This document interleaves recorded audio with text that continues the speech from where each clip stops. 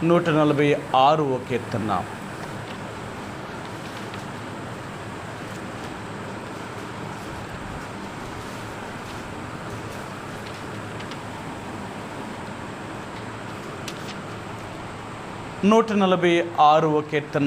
కీర్తన గ్రంథము 146వ కీర్తన 5వ వచనాన్ని మనందరము కలిసి ఒక్క మాటలాగా చదువుదామండి. 5వ వచనాన్ని మనందరము కలిసి ఒక్క మాటలాగా చదువుదాం.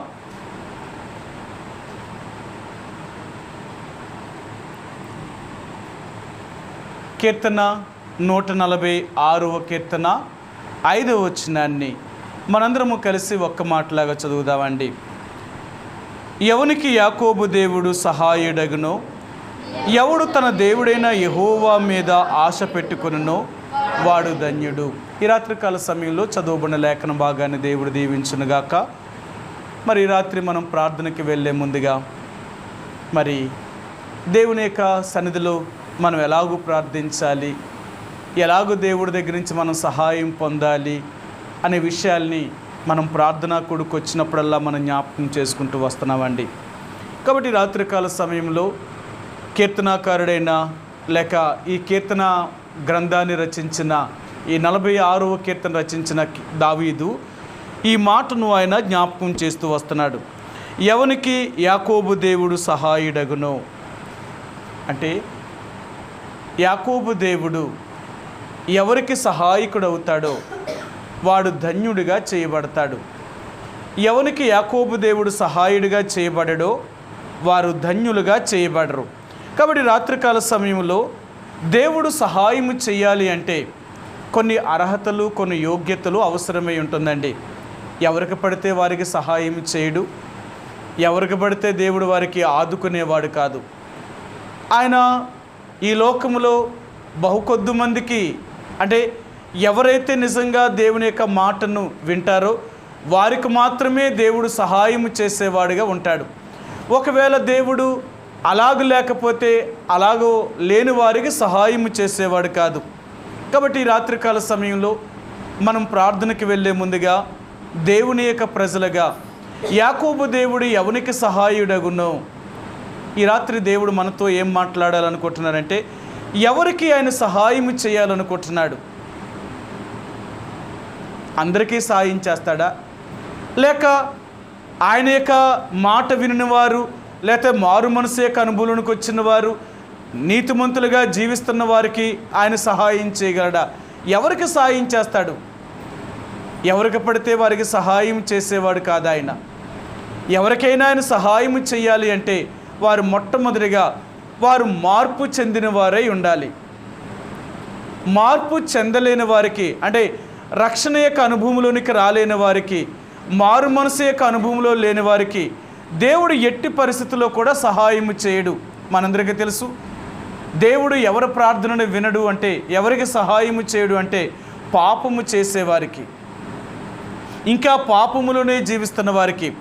కీర్తనకారుడైన దావీదు అంటాడు, నా హృదయములో నేను పాపం లక్ష్యము చేసిన ఎడల ప్రభువు నా మనవి వినకపోవును అని 69వ కీర్తన 18వ వచనంలో ఆయన చెప్తాడు.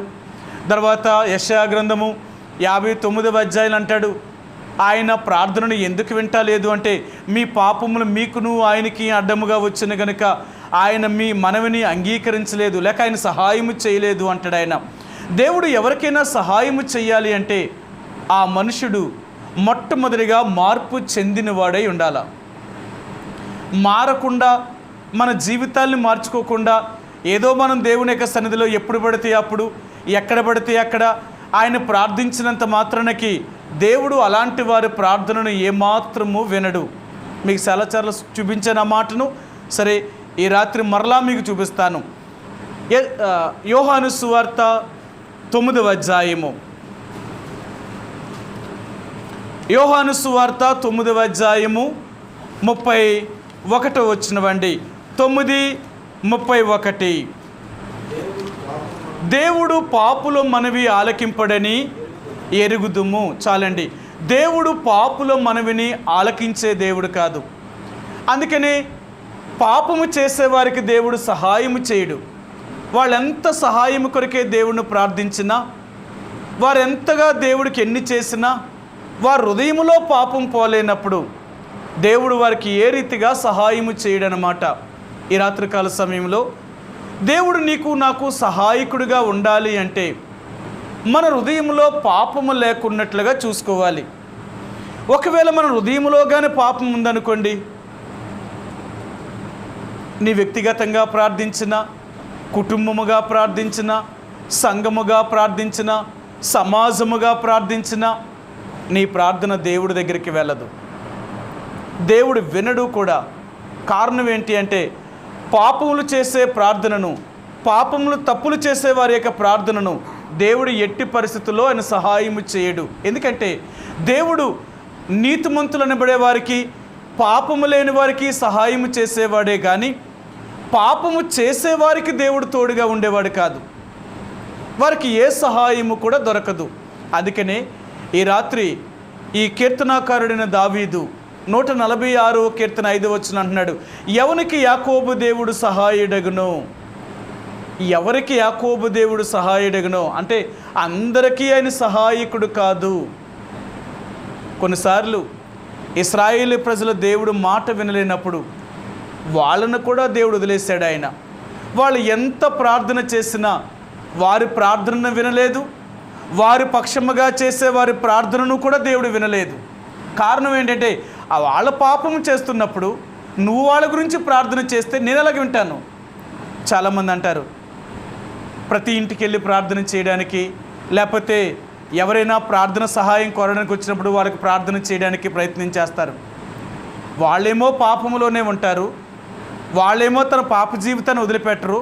కానీ వాళ్ళ పక్షంగా మనం ప్రార్థన చేస్తాం. ప్రభా వాళ్ళ కష్టంలో ఉన్నారు, వాళ్ళ బాధలో ఉన్నారు, వారి ఇబ్బందుల్లో ఉన్నారు, వారు అనారోగ్యంతో ఉన్నారు, వారిని బాగు చేయి తండ్రి అని మనం ప్రార్థన చేస్తే దేవుడు నీ ప్రార్థనను అంగీకరించి ఆ పాపాత్ముని ఎలా రక్షిస్తాడంటావు? మేము చాలాసార్లు సువార్త చేయడానికి వెళ్తున్నప్పుడు వారు కష్టాలు చెప్పుకునేవారు. ఇలాగ ఉన్నామండి, ఇలా తెలియని పరిస్థితిలో ఉన్నాం, ఇలాంటి ఆపదలో ఉన్నాం, ఇలాంటి కష్టాలు, ఇలాంటి ఆర్థిక ఇబ్బందులతో బాధపడుతున్నాం.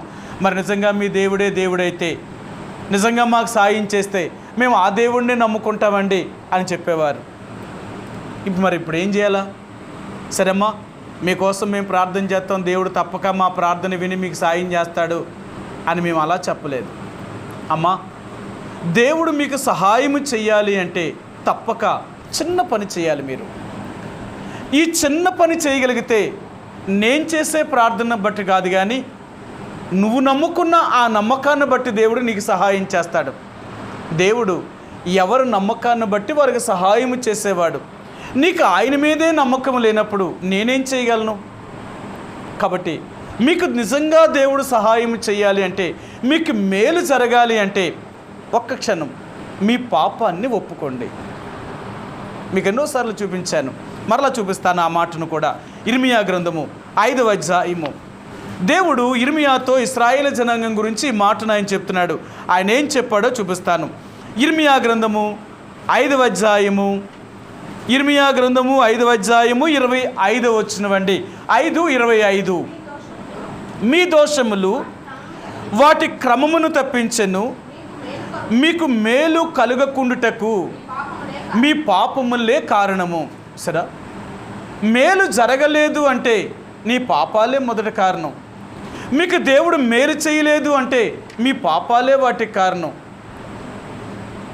ఉదయకాల సమయంలో మేము బైబిల్ చదువుతూ ఉంటే లేవీకాండం 26వ అధ్యాయంలోకి వచ్చామన్నమాట. అక్కడ చాలా విషయాలు చెప్పాడు ఆయన. ఎన్ని విషయాలు చెప్పాడు అంటే, మీరు నిజముగా నా మాటే కానీ మీరు వింటే అసలు మీకు ఏ కొరత కూడా మీకు రానివ్వను, ఏ సమస్యను కూడా మీకు రానివ్వను, మీకు అన్ని విధాలుగా నేను ఎప్పుడూ మీకు తోడుగా ఉంటాను. కానీ మీరు ఏ రోజునైతే నా మాట వినకుండా నాకు వ్యతిరేకత చూపిస్తారో ఆ రోజు నుంచి మీరు నాశనం అయిపోయేదాకా నా ఉగ్రతను మీ మీద కుమ్మరిస్తాను అంటున్నాడు. ఆయన అంటున్నాడు, నేనే మేలు చేసేవాడిని, నేనే కీడు చేసేవాడిని, మిమ్మల్ని బాగు చేసేవాడిని నేనే, మిమ్మల్ని పాడు చేసేవాడిని కూడా నేనే. ఎప్పుడు పాడు చేస్తాను అంటే మీరు నా మాట వినలేనప్పుడు, నాకు మీరు అవిధేయతగానే చూపించారు అంటే నేను తప్పక మిమ్మల్ని నేను పాడు చేస్తాను. లేదు, నిజంగా మీరు నా మాట విన్నట్లుగా, నేను చెప్పినట్లుగా కానీ జీవిస్తే మీరు ఎప్పటికీ మీకు అపాయమే రాకుండా, మీకు ఏ ప్రమాదము రాకుండా, లేక ఏ కష్టమైనా, ఏ బాధ వచ్చినా, ఎలాంటి సమస్య వచ్చినా నేను తప్పక మీ బాధల్లో, మీ కష్టాల్లో నేను ఆదుకుంటాను. నేను మీ సమస్యలన్నిటినీ తీరుస్తాను.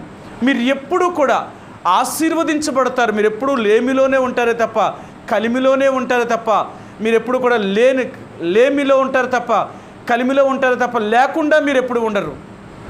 ఈరోజు మరలా దేవుడు అన్నాడు, నీకు నీ జీవితంలో సమృద్ధిని చూడగలుగుతున్నావా, లేక నీ జీవితంలో లేమిని చూడగలుగుతున్నావా? ఎన్నోసార్లు మనం యేసుప్రభువుని నమ్ముకున్నప్పటికీ కూడా మనం ఇదే పరిస్థితుల గుండా వెళ్తున్నాం. ఈరోజు మాకు దేవుడిదే మాట, నిజంగా నువ్వు నా మాట విను, నిజంగా నువ్వు నా మాట వింటే 3 సంవత్సరాలు పండే పంటను 1 సంవత్సరమే పండిస్తాను నేను. అంతేకాదు, నువ్వు ఎప్పుడూ కూడా పాత ధాన్యాన్నే తింటావే తప్ప క్రొత్త ధాన్యాన్ని నువ్వు తినవు. అంత ఆశీర్వదిస్తాను. దేవుడు ఎలా అంటున్నాడంటే, నిన్నెప్పుడూ దీవెనకరంగానే ఉంచుతాను, నువ్వెప్పుడూ అభివృద్ధిలోనే ఉంటావు, నువ్వెప్పుడూ సమృద్ధి కలిగిన వ్యక్తిగానే జీవిస్తావు. కారణం ఏంటంటే నేను చెప్పినట్లుగా నువ్వు జీవిస్తే, నా మాట నిజంగా నువ్వు వింటే అలాగే ఉంటావు నువ్వు. లేదా నా వాక్యానికి కానీ నేను చెప్పిన దానికి వ్యతిరేకంగానే జీవిస్తే నీకు అభివృద్ధి అనేది లేదు. ఆయన అంటాడు, సరే మీకు ఒక్క మాట చూపిస్తాను, అందులో ఒక మాటను ఎలాగుంటుంది అంటేనంట, లేవీకాండము 26వ అధ్యాయములో ఏం జరుగుతుందో ఆయన ఒక మాటను ఆయన చెప్పాడు. అంటే చాలా మాటలు చెప్పారు అక్కడ, కానీ ఈ మాటను మాత్రమే మీకు చూపిస్తాను, ఈ మాటను మాత్రమే మీకు చూపిస్తాను. 26:36 వచ్చినవండి. 26:36 లేవీకాండము 26వ అధ్యాయము 36 వచనం. మీలో మిగిలిన వారు తమ శత్రువుల దేశములలో ఉండగా వారి హృదయములలో అధైర్యము పుట్టించెదను, కొట్టుకొని పోవచ్చున్న ఆకు చప్పుడు వారిని తరుమును. సరే, ఆయన అంటున్నాడు, ఎంత భయం వస్తుంది అంటేనంట, దేవుడు లేకపోతే ఆకు చప్పుడు వింటేనే పారిపోతారట, ఆకు చప్పుడు వింటేనే భయపడిపోతారు. కారణం ఏంటంటే దేవుడు మనకు తోడుగా లేకపోతే ఇదే పరిస్థితి. అందుకని ఈరోజు మరలా దేవుడు అంటున్నాడు, ఎవనికి యాకోబు దేవుడు సహాయుడు అవుతాడో వాడు తప్పక ఆశీర్వదించబడతాడు, ధన్యుడిగా చేయబడతాడు, దీవించబడిన వాడిగా చేయబడతాడు. దేవుడు మనకు సహాయం చేయాలి అంటే మొట్టమొదటిగా మన జీవితంలో పాపము లేకున్నట్లుగా చూసుకోవాలి. పాపం అనేది మనలో ఉండకూడదు. ఒకవేళ మనలో పాపమే కానీ ఉంటే దేవుడు మన ప్రార్థనను ఎప్పటికీ వినడు. నువ్వెంత ప్రార్థన చేసినా దేవుడు మన ప్రార్థన వినడు. ఏదో మనం చేసి వెళ్తున్నామని మన తృప్తి కొరకు మనం చేసి వెళ్ళొచ్చేమో కానీ నా ప్రార్థనను దేవుడు అంగీకరించడు. కాబట్టి రాత్రి దేవుడు అనేది ఏంటంటే, నేను నీకు సహాయం చెయ్యాలి అంటే నీకు అర్హత కావాలి. నేను మీకు ఒకసారి చూపించాను. మీకు శతాధిపతి తన దాసుడు పక్షవాయువుతో పడి ఉన్నప్పుడు యేసుప్రభువారి దగ్గరకు అప్పుడు పంపించాడు, అయ్యా నా దాసుడు పక్షవాయువుతో ఉన్నాడు, దయచేసి నువ్వు నా దగ్గరకు వచ్చి నాకు సహాయం చేయమని యోధా పెద్దల్ని, యెరూషలేములో ఉన్న ఆ పెద్దల్ని యేసుప్రభువారి దగ్గర పంపించారు. అప్పుడు యేసుప్రభువారి దగ్గరికి వెళ్ళిన ఇశ్రాయేలు పెద్దలు వారు ఏం చెప్పారు అంటే, అయ్యా ఇతడు నీ ద్వారా సహాయము పొందడానికి యోగ్యుడు, ఆ మాట చెప్పారు. ఎందుకు అతడు యోగ్యుడు అంటే అతడు చాలా మంచి మనసు కలిగిన వాడు, ఆయన ఎవ్వరికీ ఎప్పుడూ ఏ కీడు చేయలేదు, ఆయన అందరికీ సహాయము చేసేవాడు, కాబట్టి అతడు నీ వలన సహాయము పొందడానికి అతడు యోగ్యుడు. మరొక మాట మీకు చూపిస్తాను.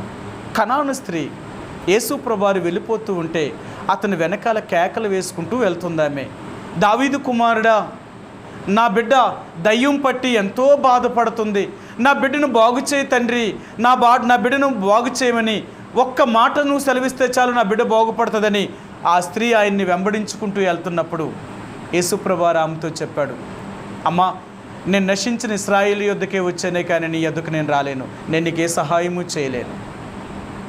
సరే, ఆమె ఎంతో అయ్యా నువ్వు తప్ప ఇంకా నాకు ఎవరు అయ్యా ఆశ్రయం లేదు, నాకు సహాయం చేసేవారు లేరు అని ఇంకా బ్రతిమాలుతూ ఉంటే ఆయన అన్నాడు, పిల్లలు తినే రొట్టె ముక్కలు తీసుకెళ్ళి కుక్క పిల్లకి ఏటి యుక్తం కాదు అని చెప్పాడు. కుక్కతో కూడా పోల్చాడు ఆమెని.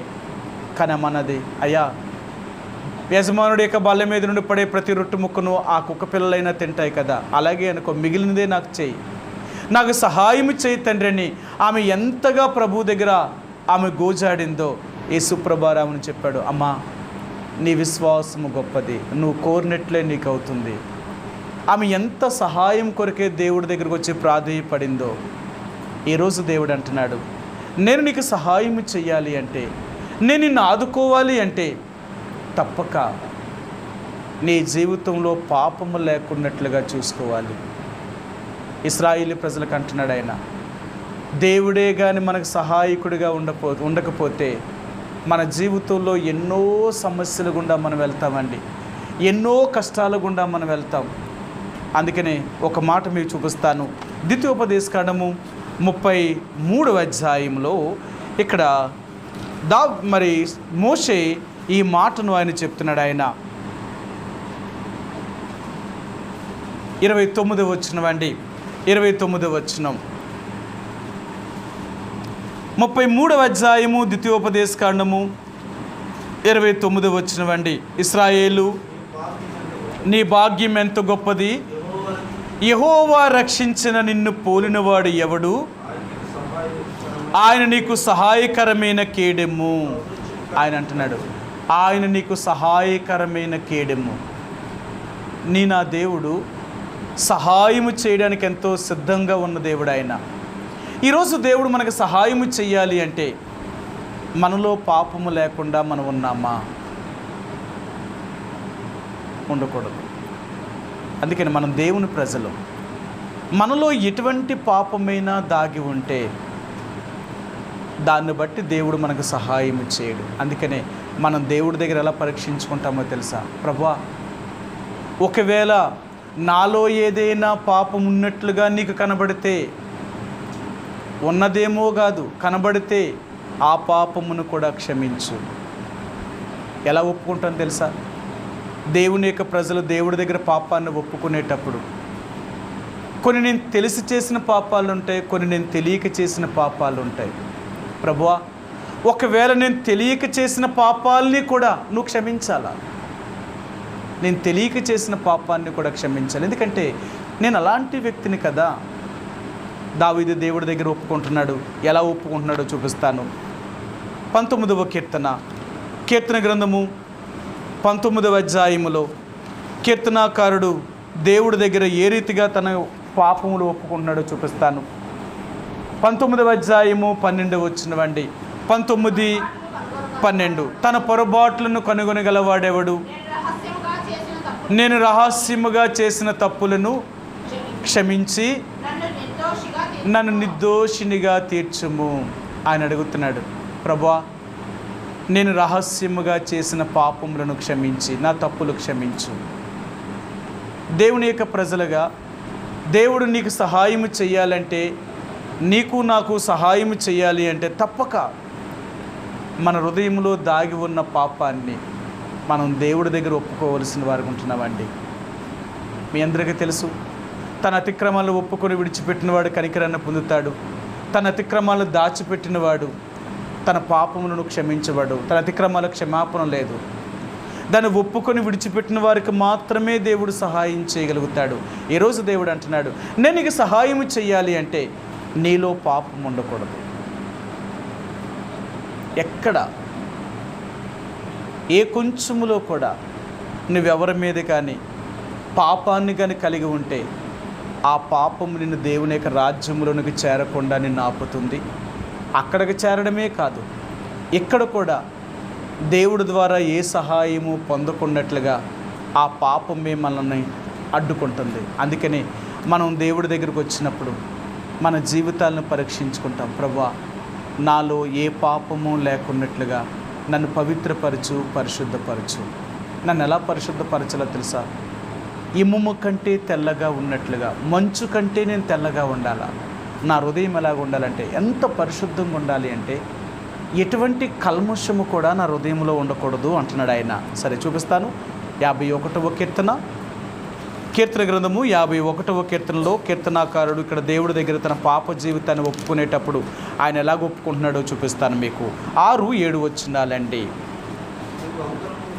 నీవు అంతరంగములో సత్యమును కోరుచున్నావు, ఆంతర్యమున నాకు జ్ఞానమును తెలియజేయదువు. నేను పవిత్రుడనగునట్లు హిస్సోపుతో నా పాపమును పరిహరింపుము. ఇనుము కంటే నేను తెల్లగా ఉన్నట్లు నీవు నన్ను కడుగుము. ఆయన అడుగుతున్నాడు, ప్రభువా నేను ఎంత తెల్లగా ఉండాలో తెలుసా? హిమము కంటే నేను తెల్లగా ఉండాలా. నా హృదయం ఎలాగుండాలి అంటే తెల్లగా, అంటే పరిశుద్ధంగా ఉండాలా. నాలో ఏ మచ్చ కానీ, ఏ డాగు కానీ, ఏ కల్మషము కూడా ఉండకూడదు. అలాగ నన్ను పవిత్రపరచు, అలాగ నన్ను పరిశుద్ధపరచు.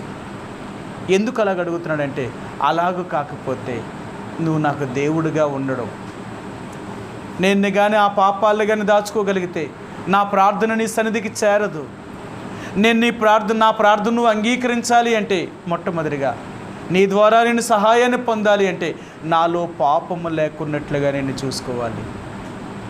కాబట్టి ఈరోజు దేవుడు అంటున్నాడు, నేను నీకు సహాయం చేయాలి అంటే నీలో పాపము లేకున్నట్లుగా చూసుకో. ఆ రీతిగా కానీ పాపం చేసామా దేవుడు మనలో ఏ ఒక్కరికి సహాయకుడిగా ఉండడండి. దేవుడు ఆయన అంటున్నాడు, నేను నీకు సహాయము చేస్తాను, నువ్వు నా మాట వింటే. నీ దేవుడిని యెహోవా నీకు సహాయము చేయగలిగిన వాడు. కీర్తన 20వ కీర్తనలో చెప్తాడు, పరిశుద్ధ స్థలములో నుండి ఆయన నీకు సహాయము చేయనుగాక అంటాడు. దేవుడు నిన్ను సహాయము చేయాలి అంటే మన హృదయంలో పాపం అనేది లేకున్నట్లుగా మనం చూసుకోవాలండి. ఒకవేళ మనలో పాపాన్ని పెట్టుకోగలిగితే దేవుడు మన వినడు. చిన్నదైనా సరే, అర్థమైందా? మనం అనుకుంటాం చిన్న చిన్న పాపాలేనండి దేవుడికి మనకు ఎంతో దూరం చేసే. మనమేం పెద్ద తప్పులేమి చేసేయం. దేవుని బిడ్డలు ఎలా అంటారో తెలుసా? పెద్ద పెద్ద తప్పులేమి చెయ్యం. మనం చేసేవని చిన్న తప్పులు చేస్తాం. ఈ చిన్న తప్పులు మనకు ఎలా కనపడతాయంటే మనకు తప్పుగా కనిపించవు. ఈ తప్పులు మనకు తప్పులుగా కనిపించవు. కానీ ఈ తప్పులే, ఈ పాపములే మనం దేవుని యొక్క రాజ్యంలోనికి ప్రవేశించుకున్నట్లుగా అవి మన దూరపరిచేవి. చిన్న చిన్నవేనండి. అందుకనే మనం ఏదో పెద్ద వాటిని ఒప్పుకునే వాళ్ళం కాదు. చిన్న పాపాన్నైనా సరే ప్రభు దగ్గర ఒప్పుకుంటాం. ప్రభు నా జీవితంలో ఈ చిన్న పొరపాటు కూడా ఉండకూడదు, ఈ చిన్న తప్పిదము కూడా నా జీవితంలో ఉండకూడదు, ఇలాంటివి నా హృదయంలోనికి రాకూడదు. అర్థమైంది? ఇలాంటివి అసలు నా జీవితంలో ఉండకూడదు. ఎందుకంటే నేను నీ బిడ్డని. చాలాసార్లు మీకు చెప్తూ వచ్చాను, మనకెవరూ శత్రువులు లేరు. అలాగని సరే మనం అందరినీ మిత్రులుగా కూడా భావించు. మనకెవరూ శత్రువు లేడు, మిత్రుడు లేడు, రెండూ లేదు. ఎంతవరకు అంటే మనం పరిశుద్ధతను కాపాడుకునేంతవరకు మన జీవితంలో ప్రభువును సంతోషపెట్టేవారు. అందుకనే మనం ఎవరితో కూడా అంత స్నేహభావంతో కూడా ఉండడానికి ఇష్టపడం. కారణం ఏంటంటే కొన్నిసార్లు ఈ స్నేహభావమే మన పాపములోనికి తీసుకెళ్ళడానికి మొదటి కారణము. సరే మనకి అనుకుంటాం, వాళ్ళతో ఇలాగుంటే తప్పేంటి, వీళ్ళతో కలిసి ఉంటే తప్పేంటి, వాళ్ళతో ఇలా ఫ్రెండ్షిప్ చేస్తే తప్పే ఉంది అనుకుంటాం. ఈ ఫ్రెండ్షిప్ వల్ల, వీటి వల్ల మనం ఏం చేస్తాం తెలుసా? గత వారం మీకు చెప్పాను, దేవుడు మనతో మాట్లాడాను. భక్తిహీనులకు సహాయం చేస్తాం, దేవుణ్ణి ఎరగని వారికి మనం తోడుగా ఉంటాం. అలా చేయడం వల్ల మనకు అపాయం తెచ్చుకుంటాం. అపాయం మనం ఎలా తెచ్చుకుంటాం తెలుసా? దేవుడు మనల్ని ఎందుకు శిక్షిస్తాడంటే, దుర్మార్గులకు మనం సహాయం చేసాము అంటే తప్పక దేవుడు మనల్ని శిక్షిస్తాడు. మీ గత వారం చూపించాను, సరే మరలా చూపిస్తాను ఆ మాటను. 2వ దినవృత్తాంతాల గ్రంథము, ఇక్కడ రాజైన యెహోషాపాతు గురించి దేవుడు అక్కడ ఈ మాటను చెప్పాడు. ఆయన 19వ అధ్యాయము 2వ వచనమండి. దీర్ఘదర్శి హనానీ కుమారుడునగు యెహూ అతన్ని ఎదుర్కొనబోయి రాజైన యెహోషాపాతునికి ఇలాగూ ప్రకటన చేసెను, నీవు భక్తిహీనులకు సహాయము చేసి యెహోవా శత్రువులకు స్నేహితుడివైతివి గదా, అందువలన యెహోవా సన్నిధి నుండి కోపము నీ మీదికి వచ్చును. ఎంత ఖచ్చితంగా దేవుడు చెప్పాడు, యెహోషాపాత నువ్వు భక్తిహీనులకు నువ్వు సహాయం చేస్తావా? ఇలాంటి ప్రజలకు నువ్వు సహాయం చేస్తావా? ఎందుకంటే ఇశ్రాయేల్లో ఉన్న వారు ఎవ్వరికీ దేవుడు తోడుగా లేడనే సంగతి నీకు తెలియదా? ఎప్పుడో వారు నా నిబంధన త్రోసివేశారు, ఎప్పుడో నన్ను వెంబడించడం మానేశారు. ఇలాంటి ప్రజలకు నువ్వు సాయం చేయడం ఏంటి? కాబట్టి ఈరోజు దేవుడు అంటున్నాడు, ఇలాంటి విషయాల్లో మనం చాలా జాగ్రత్త కలిగి ఉండాలి. మనం భక్తిహీనులతో సాంగత్యము చేయడం కానీ అంజజులతో సహవాసం చేయడం వల్ల ఏం చేస్తారు అంటే వారిని మనల్ని తన దారిలో తీసుకోవడానికి వెళ్తారు. అందుకనే మనకెవరు శత్రువు లేరు, మిత్రుడు లేడు. మనం ఎవరి మీద పగనేం పెట్టుకోము, అలాగని స్నేహంగా కూడా ఉండవు. ఎంతవరకు మాత్రమే అంతవరకు ఉంటాం. మన హద్దు అనేది ఒక గీసుకున్నాం అంతే. నేను దేవుని యొక్క హద్దు మీరు మాత్రం బయటికి వెళ్ళను, వాళ్ళు ఎలాంటి వారైనా సరే. ఎందుకంటే వీరి వల్ల నేను దేవునికి శత్రువుని అవుతాను. కాబట్టి వీరి వల్ల నేను దేవునికి శత్రువుని అయితే నేను నాశనం అవుతాను. అలా బాగానే ఉంటారు. కాబట్టి మనం ఎప్పుడూ కూడా దేవుని యొక్క ప్రజలుగా ఈ లోకంలో ఉన్న స్నేహభావం అనేది చాలా జాగ్రత్త కలిగి ఉండాలి. అందుకని అంటాడు, మన సాంగత్యము చేసేటప్పుడు, స్నేహం చేసేటప్పుడు కూడా ఎవరితో చేయాలో ఎవరితో చేయకూడదో దేవుడు ఎన్నో విషయాలు బైబిల్ గ్రంథంలో మనకు దేవుడు తెలియజేస్తూ వచ్చాడు ఆయన. కాబట్టి ఈరోజు దేవుడు అంటున్నాడు, దురాభిమాన పాపంలో పడిపోతాం. అభిమానం ఎక్కువైపోయిన తర్వాత వారు మళ్ళీ ఏం చేస్తారంటే లోకములోనికి తీసుకెళ్ళని ప్రయత్నం చేస్తారు. ఈ రోజున్న దేవుని ఎరగిన ప్రజలందరూ కూడా మనమేదో అనుకుంటున్నాం, వాళ్ళని దేవుళ్ళలో తీసుకొద్దామని మనం అనుకుంటున్నాం. కానీ వాళ్ళ తన దారిలోకి మనల్ని తీసుకుపోతున్న సంగతి మనకు అర్థం కాదు. మనం వెళ్ళేదాకా మనకు అర్థం కాదు. కాబట్టి రాత్రికాల సమయంలో దేవుడు మనకు జ్ఞాపకం చేసేది ఏంటంటే, మనం సహవాసము చేసేటప్పుడు అంటే పాపము లేకున్నట్లుగా మన జీవితంలో చూసుకోవాలంటే మనం ఎవరితోని శత్రుత్వము కలిగి ఉండొద్దు, మిత్రుత్వం కూడా కలిగి ఉండొద్దు. మనంగా మనం కాపాడుకోవాలి అంతే. నీ స్వంత రక్షణ నువ్వు కాపాడుకోవాలి. ఈ రక్షణ అనేది ఒకరి మీద ఆధారపడేది కాదు, నీ అంతటి నువ్వే నీ రక్షణ కాపాడుకోవాలంతే. కాబట్టి దేవుని యొక్క ప్రజలుగా దేవుడి ద్వారా మన సహాయం పొందాలి అంటే మన జీవితంలో పాపం అనేది లేకూడదు, పాపం ఉండకూడదు. రెండవదిగా, ఏ రోజునైతే నువ్వు దేవుని యొక్క బిడ్డలుగా అంటే రక్తము చేత కడగబడి పవిత్రపరచబడ్డావో ఆ రోజు నుంచి నీతిగా జీవించడానికి ప్రయత్నించే, యథార్థమైన జీవితాన్ని జీవించడానికి ప్రయత్నించే. అందుకే దేవుడు అంటాడు, మనం యథార్థముగా కానీ నీతిగా కానీ జీవించేమా నువ్వు ఆశీర్వదించబడతావు. సరే, ఈ మాట కూడా చూపిస్తాను. యోబు గ్రంథము 22వ అధ్యాయము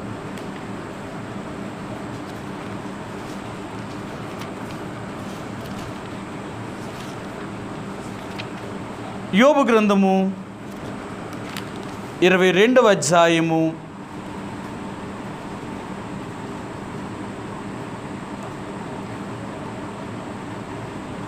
23వ వచనమండి.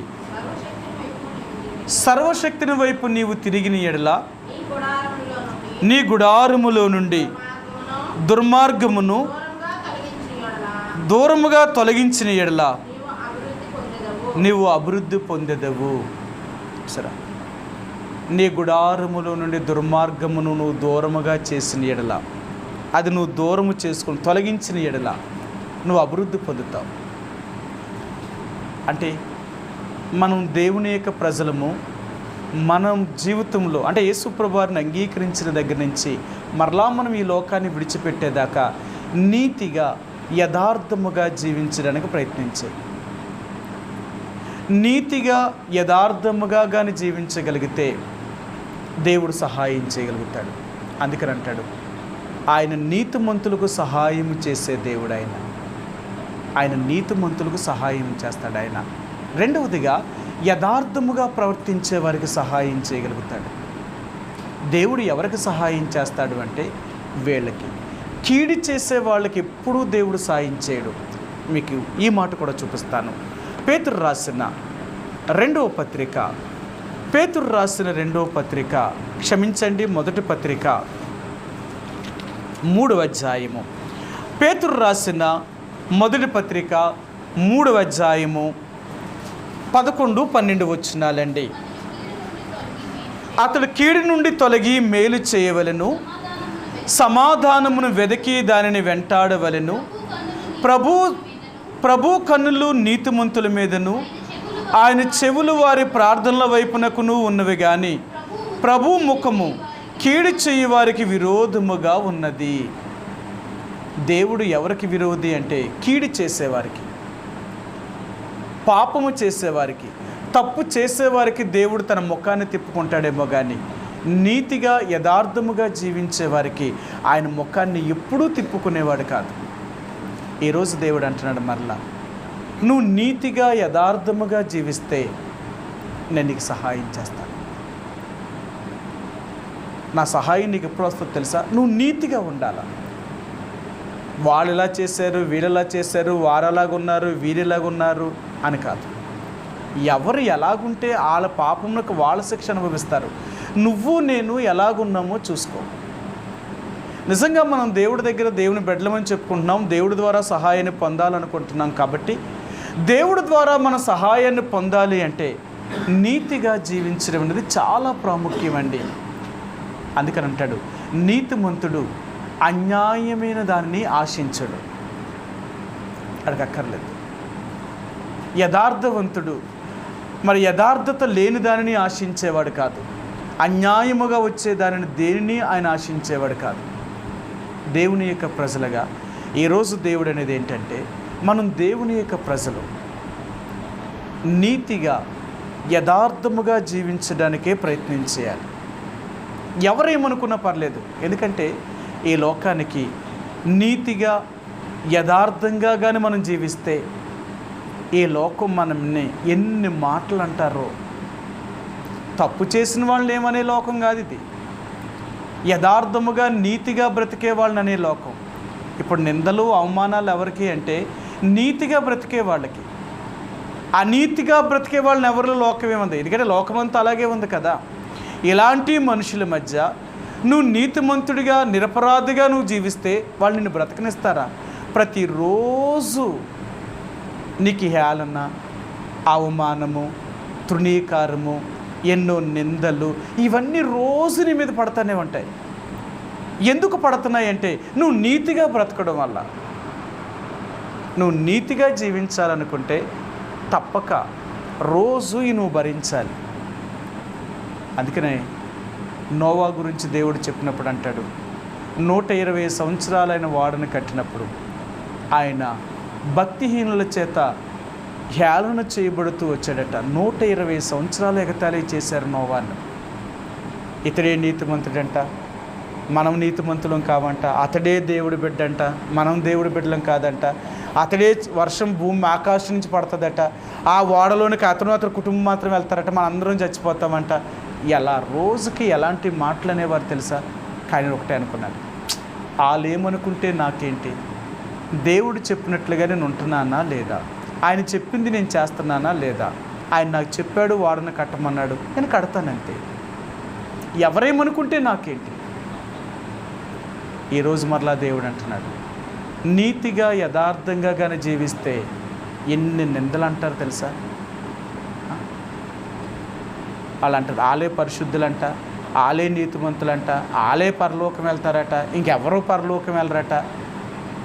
ఎందుకంటున్నారు ఈ మాటలండి? వాళ్ళు చెప్పినవి మనం చేసామనుకో ఆ మాటలు అంటారు. వాళ్ళు చెప్పినవి మనం చేయలేదు కాబట్టి, మనం దేవుని పద్ధతిని కానీ ఖచ్చితంగా మనం చేస్తే ఇవన్నీ మనం తప్పక అనుభవించవలసినవే. ఎప్పుడు నువ్వు అనుభవిస్తామో ఇవన్నీ మనకు ఆశీర్వాదం. దేవుని బట్టి నీకు ఎంత ఆశీర్వాదమో తెలుసా? నా నిమిత్తము నువ్వు నిందించబడినా, హింసించబడినా, ఎగతాళి చేయబడినా ఇవన్నీ నీకు ఆశీర్వాదమే. ప్రభు కొరకు అలాంటివి భరించడానికి మనం సిద్ధంగా ఉండాలి. సిద్ధంగా ఉండాలి అంటే మన నీతిని యథార్థతను వదిలిపెట్టకూడదు. నీతిగా యథార్థంగా మనం బ్రతికితే కష్టాలు ఉంటాయి.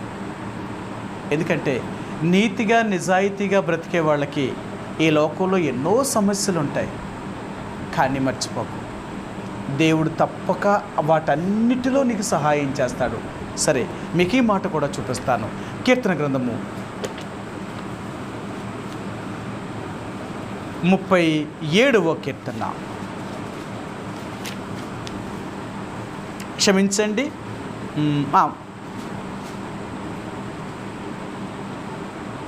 34వ కీర్తన, 34వ కీర్తన అండి. 34వ కీర్తన 18వ వచనం అండి. క్షమించండి, 19వ వచనం. 34:19. నీతిమంతునికి కలుగు ఆపదలు అనేకములు, వాటన్నిటిలో నుండి యెహోవా వానిని విడిపించును. ఈరోజు మరలా దేవుడు అంటున్నాడు, నువ్వు నీతిగా యథార్థంగా జీవిస్తే నీకెన్నో ఆపదలు వస్తాయి, ఎన్నో సమస్యలు వస్తాయి. ఎవరి ద్వారా? నీ సొంత మనుషుల ద్వారానే. మీ అందరికీ చూపించాను. రెండో కొరింథీయులకు రాసిన 2వ పత్రిక 11వ అధ్యాయంలో అపోస్తలుడైన పౌలు ఎన్ని ఆపదల గుండా వెళ్ళాడో అక్కడ చెప్తాడు. నా సొంత సహోదరుల వల్లైన ఆపదల్లోనూ, కపట సహోదరుల వల్లైన ఆపదల్లోనూ, ప్రయాణముల వల్లైన ఆపదల్లోనూ, నదుల వల్లైన ఆపదల్లోనూ, ఇలా ఎన్ని ఆపదలు చెప్తాడో. ఎన్ని ఆపదల్లో నుంచి దేవుడు నన్ను కాపాడాడు. ఈరోజు దేవుడు అంటున్నాడు, నీకు నీతిగా యథార్థంగా జీవిస్తే నీకు ఆపదలున్నాయి, కష్టాలున్నాయి, బాధలున్నాయి, లేవంటలేదు. కానీ వాటన్నిటిలో నుండి నీ దేవుడు నిన్ను కాపాడుతాడు. నీకు ఏ రోజు ఏ సమస్య వచ్చినా ఆ సమస్యకు పరిష్కారాన్ని దేవుడు చూపిస్తాడు, నీకు సహాయం చేయగలుగుతాడు. అది మాత్రం నిజం. అందుకని దావీదు మహారాజు అంటాడు, అనుదినము ఆయన మా భారమును భరించుచున్న దేవుడు. ప్రతిరోజు నా భారాన్ని భరించేవాడు. నాకెంత బరువైన భారాలు నా మీద ఉన్నా నా భారమును భరించగలిగిన దేవుడు ఆయన. అందుకనే నేను ఆయన దగ్గరికే వెళ్తాను, నేను ఆయన మీదే ఆధారపడతాను. కారణం ఏంటంటే నాకు సహాయం చేసేవాడు ఆయన. మనుషులు కాదు నాకు సహాయం చేసేది, దేవుడే నాకు సహాయం చేసేవాడు. అందుకనే నేను దేవుడి దగ్గరికి మాత్రమే వెళ్తున్నాను. ఈరోజు మరలా దేవుడు అంటున్నాడు, నీతిగా యథార్థంగా కానీ జీవిస్తే ఈ లోకంలో నువ్వేదో గొప్ప ధనవంతుడు అయిపోకపోయినా నీకు కలిగిన దానితో మాత్రం సమృద్ధిగా నువ్వు బ్రతుకుతావు. నీకెప్పుడూ సమస్య రాదు. నువ్వెప్పుడూ ఒకరు చేయి చాపుకొని అడుక్కోవాల్సిన అవసరం ఏముండదు. నీకెప్పుడూ దేవుడు తోడుగా ఉంటాడు ఆయన. ఈరోజు మరలా దేవుడు అంటున్నాడు, నువ్వు నీతిగా యథార్థంగా కానీ జీవిస్తే మనలో ఏ ఒక్కరికి దేవుడు తోడుగా ఉండక మానడు. మనకెప్పుడూ దేవుడు తోడుగా ఉంటాడు. సరే, చూపిస్తాను ఆ మాటను. అపొస్తలుల కార్యములు 17వ అధ్యాయము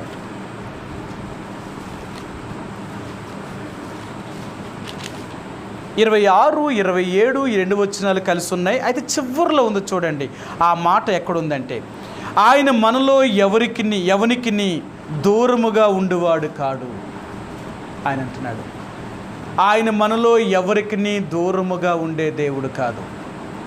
నీకెప్పుడూ దేవుడు దూరంగా ఉండడు. నీకెప్పుడూ దేవుడు తోడుగా ఉంటాడు. నీకెప్పుడూ దేవుడు సహాయం చేసేవాడు.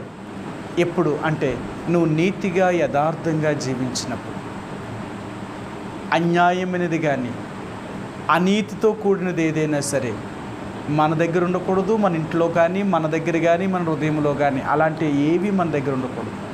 అందుకనే దేవుని బిడ్డలు మనకి చెందినవేవి కూడా మన దగ్గర ఉంచుకోవడానికి ఇష్టపడం వద్దు. ఒకప్పుడు నేను తెలియక చేశానేమో, కానీ నేను దేవుణ్ణి ఎరిగిన తర్వాత మాత్రం ఇలాంటివి నాది కానిది ఏది కూడా నా దగ్గర ఉండకూడదు. ఎంత జాగ్రత్త కలిగి ఉంటామో.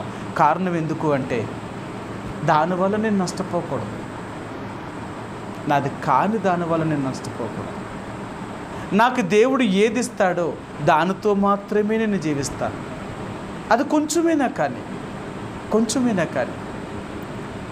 నువ్వు ఆ కొంచెంలో దేవుడికి నమ్మకంగా జీవించడం ఇష్టపడితే దేవుడు ఆ తర్వాతే నీకు ఉన్నతమైన పెద్ద స్థానాన్ని ఇవ్వగలుగుతాడు.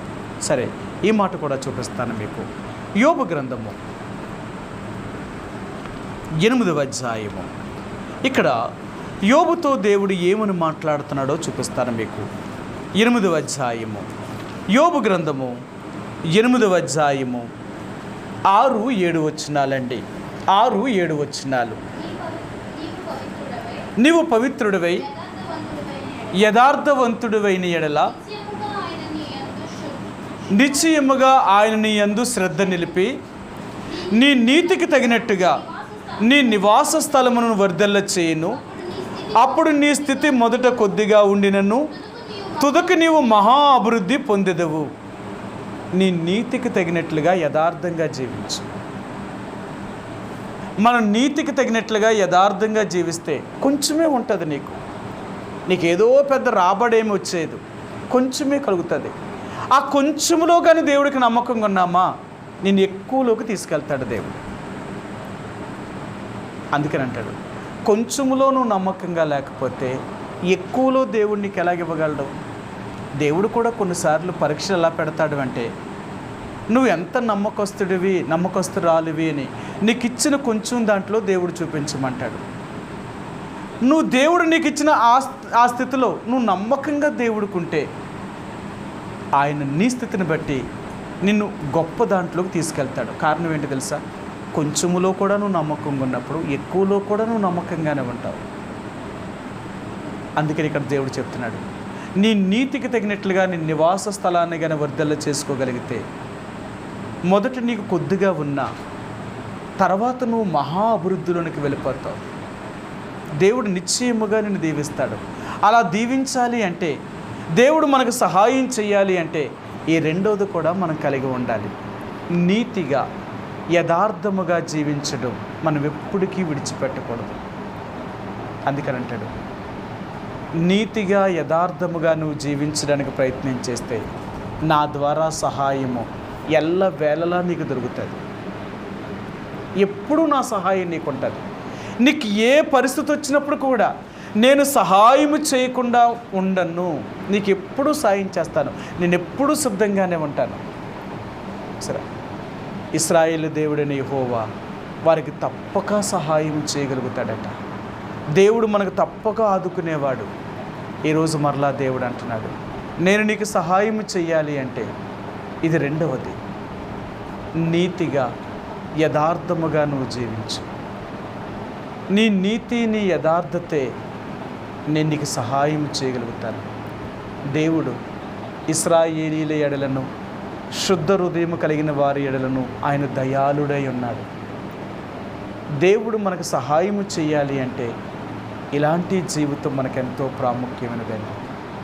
అందుకనే రెండవదిగా మన హృదయంలో మనం పాపము లేకున్నట్లుగా మనం చూసుకోవాలి. అంటే నీతి యథార్థతను మనం ఎప్పుడూ విడిచిపెట్టకూడదు. ఇది రెండవది. మూడవదిగా, దేవుడు నీతో మాట్లాడుతున్నప్పుడు లేక దేవుడి యొక్క వాక్యానికి విరోధంగా నువ్వేది చేయడానికి ప్రయత్నం చేయకూడదు. ఆయన మాటే వినాలా, నువ్వు ఇంకెవరి మాట వినకూడదు. నువ్వు యేసు ప్రభువారిని అంగీకరించిన తర్వాత మనుషుల మాట కంటే దేవుడి మాటనే నువ్వు వినాలా. ఎవరు ఏమనుకున్నా పర్లేదు, నేను ఎంతమంది నీ గురించి ఎంత చెడుగా మాట్లాడుకున్నా, మనుషులు వాళ్ళు ఏమనుకుంటే మనకేంటి? వాళ్ళు మన పెట్టేవాళ్ళ ఇచ్చేవాళ్ళ, వాళ్ళు మన గురించి ఎన్ని మన చెడ్డగా చెప్పుకున్నా మనకేం భయం లేదు. కారణం ఏంటో తెలుసా? మనం దేవుడు మాట వినేవాళ్ళమే తప్ప మనుషుల మాట వినేవారు కాదు. నేను మరలా చెప్తున్నాను, మనం దేవుడి మాటే కానీ విన్నామా మనుషులు మనకు వ్యతిరేకులు అయిపోతారు. మనం మనుషుల మాట విన్నామా దేవుడు మనకు వ్యతిరేకమైపోతాడు. దేవుడు మనకు వ్యతిరేకమయ్యాడు అంటే ఆయన సహాయాన్ని మనం ఎప్పటికీ పొందలేము. మనుషులు ఈరోజు కాకపోయినా రేపైనా మన మాట వింటారేమో, కానీ దేవుడు మరలా ఆ పరిస్థితిలోకి రాడు. జాగ్రత్త. అందుకనే మనం మనుషుల మాట వినేవారం కాదు, దేవుడి యొక్క మాట వినేవారు. మీరు ద్వితీయోపదేశకాండం 28వ అధ్యాయం చదివిన, లేవీకాండం 26వ అధ్యాయం చదివిన అనేదే అంటాడు, మీరు నా మాట విని ఎడల మిమ్మల్ని నేను దీవిస్తాను, నేను మిమ్మల్ని ఆశీర్వదిస్తాను, మీరు ఇలాగూ దీవించబడతారు. నువ్వు ఎక్కడికి వెళ్ళినా, నువ్వు ఎక్కడ ఉన్నా నీకు దీవెన ఆశీర్వాదము నిన్ను తరుముకుంటూ వస్తూ ఉంటుందంటే నువ్వు దాని దగ్గరికి వెళ్ళవలసిన పని లేదు. సరే, మన అందరూ ఎలాగంటే అదృష్టం కోసం మనం పరిగెడుతూ ఉంటాం. అదృష్టం కోసం నువ్వు పరిగెట్టవలసిన అవసరం ఏమీ లేదు. అదృష్టమే నీ దగ్గరికి రావాలా. దేవుడు ఎవరితో ఉంటాడో వాళ్ళకి అటువంటి భాగ్యం వాళ్ళు కలుగుతుందండి. దేవుడు నీతో ఉంటే ఆ అదృష్టం అనేది, లేక మేలు అనేది, ఆశీర్వాదం అనేది అది నీ దగ్గరికే వస్తుంది. దేవుడు అంటాడు, నువ్వు నా బిడ్డవు కాబట్టి నేను నిన్ను ఆ రీతిగా నిన్ను మారుస్తాను. జనముల ఐశ్వర్యం నీ యొద్దకు వచ్చేలాగా నేను చేస్తాను. అంతేకాదు, నీ వ్యాపారాన్ని అభివృద్ధి చేస్తాను. సో ఆయన అంటాడు, నీ చేతి పనులన్నిటినీ నేను దీవిస్తాను. ఇలా ఒక్కటి కాదు, దేవుడు అన్నిటిలో నిన్ను దేవుడు దీవిస్తాడు. కారణం ఏంటి అంటే ఆయన మాట విన్నాం. అందుకని బైబిల్ గ్రంథంలో అంటాడు, నా మాట విని ఎవడు వణుకుచున్నాడో వాడిని నేను దృష్టించేవాడిని. నా మాట విని దానికి భయపడాలా. మనుషుల మాట కాదు భయపడేది, ఇలా చేస్తే అలాగేమైపోద్దో, అలాగంటే ఇలాగేమైపోద్దో. మనుషులు ఎన్నో రకాలుగా భయపడతారు. అవన్నీ వదిలే, అవి ఏవి జరగవు, అవన్నీ అబద్ధాలు. దేవుడు నిజం చెప్తున్నాడు. నువ్వు మనుషుల మాట కంటే నా మాట విన్నావా, నువ్వు దీవించబడతావు, నువ్వు ఆశీర్వదించబడతావు, నీకు అన్నీ మేలే జరుగుతాయి. నువ్వెక్కడున్నా నువ్వు దీవించబడతావు. అందుకనే ఈ మూడవదిగా ఆయన నీకు సహాయం చెయ్యాలి అంటే నువ్వు దేవుని మాటే వినాలి. ఎవరు ఏం చెప్పినా మనుషుల మాట వినకూడదు. ఒకవేళ మనుషుల మాటలు దేవుడు మాటల్లాగే ఉంటాయి. సలహా చెప్పేవారు ఎలా చెప్తారు తెలుసా? చాలా తెలివైన వాళ్ళు లోకంలో, వాళ్ళు చాలా జ్ఞానం కలిగిన వారు, వాళ్ళు చాలా తెలివితేటలతో మన దారి మళ్లించాలనుకునేవారు. కానీ ఎంత తెలివైన వారైనా నిన్ను దేవుడు నిన్ను దూరం చేయకూడదు. ఆ సలహా కూడా బాగానే ఉంది, ఈ సలహా కూడా బాగానే ఉంది, వాళ్ళు చెప్పింది బాగుంది, వీళ్ళు చెప్పింది బాగుంది, మనం ఏది చెయ్యాలా? అయితే మనం ఎవరి సలహాను పాటించం. మనం ప్రభు దగ్గరికి వెళ్తాం, ప్రభువుని అడుగుతాం, ప్రభా నన్నేం చేయమంటావు, నువ్వు నన్ను ఏం చేయమంటావో చెప్పు. నేను మనుషుల మాట వినను, వారు ఎన్నో రకాలుగా చెప్తారు, ఇది నాకు అనవసరం. నువ్వేం చెప్తావో చెప్పు, అది నేను చేస్తాను. ఎప్పుడైతే మనం దేవుడి దగ్గరికి వెళ్ళి ఆ రీతిగా అడుగుతామో దేవుడు ఏం చేయాలో నీకు బోధిస్తాడు. అందుకనే మనం కీర్తన 32:8 అంటాడు, ఆయన నీ మీద దృష్టి ఉంచి నీకు ఆలోచన చెప్పేవాడు ఆయన. మన దేవుడు ఎవరు అంటే మన మీద దృష్టి ఉంచి మనకు ఆలోచన చెప్తాడు ఆయన. అందుకనే మనం దేవుడి యొక్క మాటను మీరడానికి ఎప్పుడూ ప్రయత్నించేది. ఎన్ని పరిస్థితులు మనకు మీదకి వచ్చినా, లేదంటే ఇది దేవుని యొక్క వాక్యానికి విరోధమైనది, ఇది దేవునికి విరోధమైన పనులు, ఇది దేవుడికి ఇష్టం ఉండవు, కాబట్టి ఇలాంటివి నేను చెయ్యలేను. మీరేమనుకున్నా నన్ను పర్లేదు. ఎప్పుడైతే దేవునికి మనం లోబడతామో, దేవుని మాటకు విధేయత చూపిస్తామో, లోకంలో మనుషులు మనకి ఏ సహాయం చేయకపోవచ్చేమో కానీ దేవుడి ద్వారా నువ్వెప్పుడూ సహాయం పొందుతావు, నువ్వెప్పుడూ బాగుంటావు, నువ్వెప్పుడూ దీవించబడతావు. అందుకని ఈ రాత్రి దేవుడు అంటున్నాడు, నువ్వు నీ కుటుంబము ఆశీర్వాదించబడాలి అంటే, దీవించబడాలి అంటే ఈరోజే దేవుడు అంటున్నాడు, నువ్వు నా మాట ఎప్పుడూ మీరొద్దు, నేను చెప్పినట్లుగా చెయ్యి. ఎప్పుడైతే నేను చెప్పినట్లుగా నువ్వు చేయగలుగుతావో నువ్వు ఆశీర్వదించబడతావు. నేను ఒక్క మాట చూపించి నేను ముగిస్తాను. ఇంకా లేవీకాండము 18వ అధ్యాయము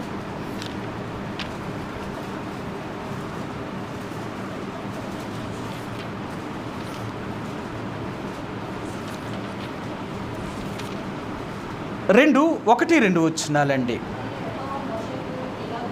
మరియు యెహోవా మోషేకి ఇలాగు సెలవిచ్చెను, నేను మీ దేవుడినైన యెహోవానని నీవు ఇశ్రాయేలుతో చెప్పుము.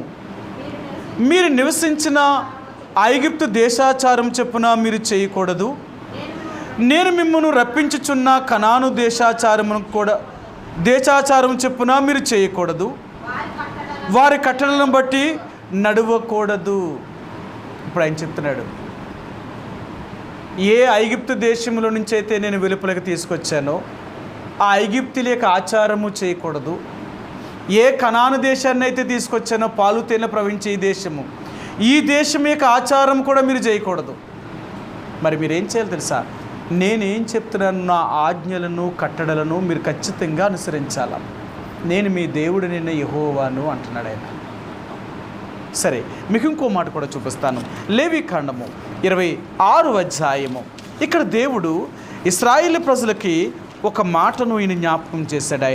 ఆయన ఏం జ్ఞాపకం చేశాడో మీకు చూపిస్తాను.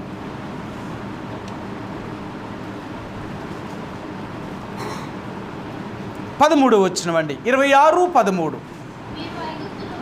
మీరు ఐగుప్తులకు దాసులు కాకుండా వారి దేశములో నుండి మిమ్మల్ని రప్పించి తిని, నేను మీ దేవుడినైన యెహోవాను, నేను మీ కాడిని పలుపులను తెంపి మిమ్మల్ని నిలువుగా నడువజేసి తిని. ఇశ్రాయేలు ప్రజలతో చెప్తున్నాడు, నేను మిమ్మల్ని ఐగుప్తు యొక్క దాసత్వం నుంచి బయటికి తీసుకొచ్చాను. ఎందుకు దేవుడు ఇశ్రాయేలు ప్రజలు ఐగుప్తు దేశం నుంచి బయటికి తీసుకొచ్చాడు అంటే, ఐగుప్తులో వీరు బానిసత్వాన్ని అనుభవిస్తున్నారు. అందుకని దేవుడు ఆ బానిసత్వం నుంచి వారిని విడిపించడం కొరకు ఐగుప్తు నుంచి బయట తెచ్చాడు. మళ్ళా వీరు ఐగుప్తుల నుంచి బయటకు వచ్చినా మళ్ళీ అదే బానిసత్వంలో ఉంటే ఎందుకు వచ్చినట్టు? అందుకని దేవుడు అంటున్నాడు, మన ఏ లోకం నుంచి అయితే దేవుడు మనల్ని వేరు చేసి బయటికి తీసుకొచ్చాడో, మరలా మనం అదే లోకంలోకి వెళ్తే మరలా మనం ఎందుకు వచ్చినట్టు లోకం నుంచి బయటికి? ఎందుకు నమ్ముకున్నట్టు యేసుప్రభుని? ఈ రోజున యేసుప్రభుని ఎందుకు నమ్మేమో అర్థం లేదు. లోకాన్ని వదిలేచ్చేయమంటున్నాం, మరి అదే లోకంలోకి వెళ్తున్నాం. అందుకని ఈరోజు మరలా దేవుడు అన్నాడు, ఐగుప్తు దేశం నుంచి నేను ఎందుకు మిమ్మల్ని విడుదల చేశానో తెలుసా? మీరు ఐగుప్తీలకు దాసులుగా ఉండకూడదని. మీరు బానిసలు కారు, మీరు స్వతంత్రులు. కాబట్టి ఈరోజు మరలా దేవుడు అంటున్నాడు, నీవు నేను స్వతంత్రులమి. మనం ఎవ్వరికి దేనికి దాసులు కాము. మనం ఒక్కరికే, ఆయనే దేవునికి. మనం ఆయన మాట వినేవారమే తప్ప ఇంక ఈ లోకంలో ఎవరి మాట, లోక సంబంధమైన వారు ఎవరి మాట వినేవారని కాదు. ఈరోజు మరలా దేవుడు అంటున్నాడు, నువ్వు నిజంగా దేవుని బిడ్డవైతే దేవుని మాట వింటావు, లేక దేవుని యొక్క దాసుని యొక్క మాట వింటావు, లేక దేవుని యొక్క ప్రజల యొక్క మాట వింటావే తప్ప వీళ్ళ తప్పించి ఇంకెవరి మాటను కూడా వినడానికి ప్రయత్నించే. కారణం ఏంటో తెలుసా? వారు దేవుని ప్రజల కారు. వారు దేవునికి విషయాలు వాళ్ళకేం తెలుసు. కాబట్టి ఈరోజు దేవుడు అంటున్నాడు, నేను నీకు సహాయం చెయ్యాలి అంటే, నా ద్వారా నువ్వు సహాయం పొందాలి అంటే ఖచ్చితంగా ఈ 3 విషయాలు నువ్వు కలిగి ఉండాలా. 1, నీ హృదయంలో పాపం ఉండకూడదు.